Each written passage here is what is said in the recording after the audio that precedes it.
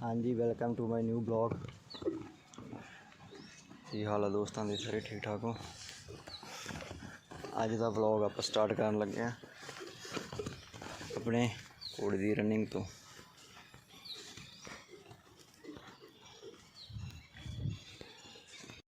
ये है जी अपना कोल्ड उपकार, इसका नाम उपकार है भाई।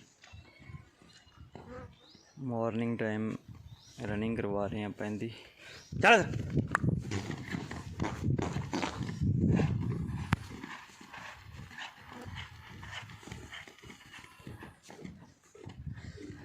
हाँ जी दोस्तों,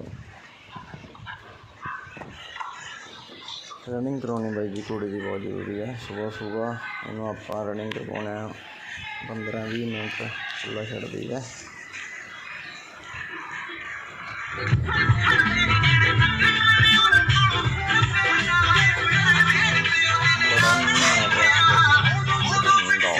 अपने को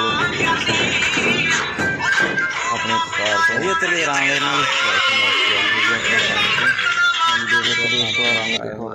अपने फार्म रंग करवा रहे हैं। सोहना लग्या सारे कमेंट करके किमें लग्या। धन्यवाद दोस्त। एक दोस्त घोड़ी विकाऊगा अपने को 61+ की हाइट है बाई जी। 3-3.5 महीनों की प्रैगनेंट चैक पास है अपने वाले उपकार तो 8-9 साल की उम्र है इस घोड़ी की। तूरा चाल चूल वधिया तुरदी है घोड़ी, चंगी बाडी बनतर की, नैक प्रोफाइल बहुत है घोड़ी की।